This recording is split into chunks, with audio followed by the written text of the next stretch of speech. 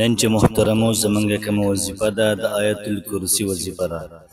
تاسو کله د ماسوتن منځو کوي او لاړ شئ کور ته، یا زنانه د ماسوتن منځو کوي او دا څنګه روټۍ موټۍ هر څه خوړلي او د هغې نه بعد ځي بسترې ته ویده کېږي. بس پر هغه ټایم کې آیت الکرسي صرف اویا پېرې په دې ترتیب او په دې طریقه کار باندې ووایئ، انشاءالله العزیز څومره ستاسو حاجات دی الله پاک پوره کوي، څومره ستاسو مشکلات دی الله پاک پوره کوي، ځکه چې په دې کې اسم اعظم دا پټ پروت دی. یار ساتي محترم، مکمل طریقې لپاره، مکمل طریقه کار لپاره مکمل ویډیو دا وګورئ. تاسو ته مکمل طریقه کار او مکمل پته ولګي چې وظیفه به څو پېرې کوو، دغه رنګ وظیفه به څنګه کوو، مکمل ترتیب او طریقه کار تاسو ته په دې ویډیو کې ښودل کېږي. بسم الله الرحمن الرحیم. شروع کوم د ډیر زیات بهونکي او د ډیر زیات مهربان رب په نوم باندې.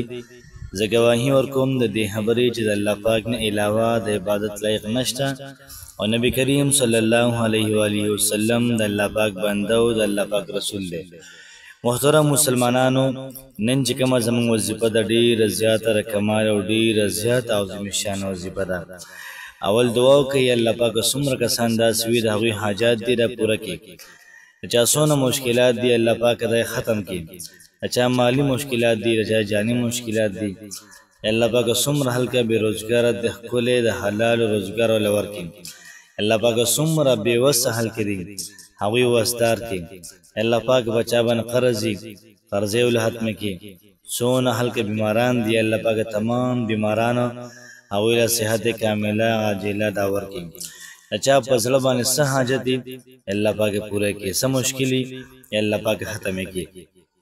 محترمو، نن چې کومه زموږ وظیفه ده د آیت الکرسي ډېره زیاته باکمال او ډېره زیاته ناشنا وظیفه ده. یا ساتئ محترمو، په آیت الکرسي کې یو ټکی دی، هغې د اسم اعظم هم وایي. علماء کرام فرمایي چې کله تاسو دعا کوئ د هغې نه مخکې آیت الکرسي وایئ، ځکه چې په دې کې اسم اعظم دا پټ پروت دی.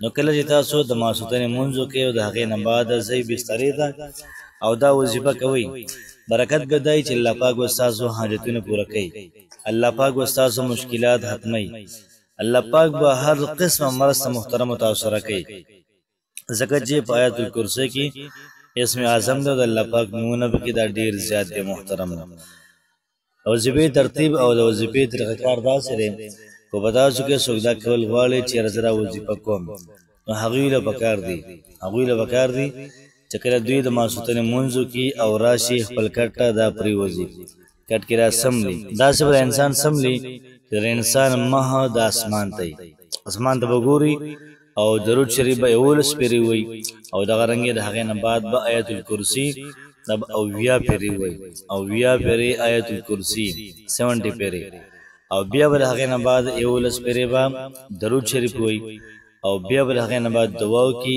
انشاءالله چې څه ارمان یې په زړه یا څه مشکل یي دغه رنګې څه حاجت یې وي الله پاک به د انسان د منشا مطابق محترمه فیصله به کوي. وظیفه ډېره زیاته رقمال ده، ډېره زیاته عظیم الشانه ده. کوشش وکړئ چې په خپله موقع ملګرو سره هم شیر کړئ. الله پاک هم خوشحاله آباد ساته. السلام علیکم ورحمة الله وبرکاته.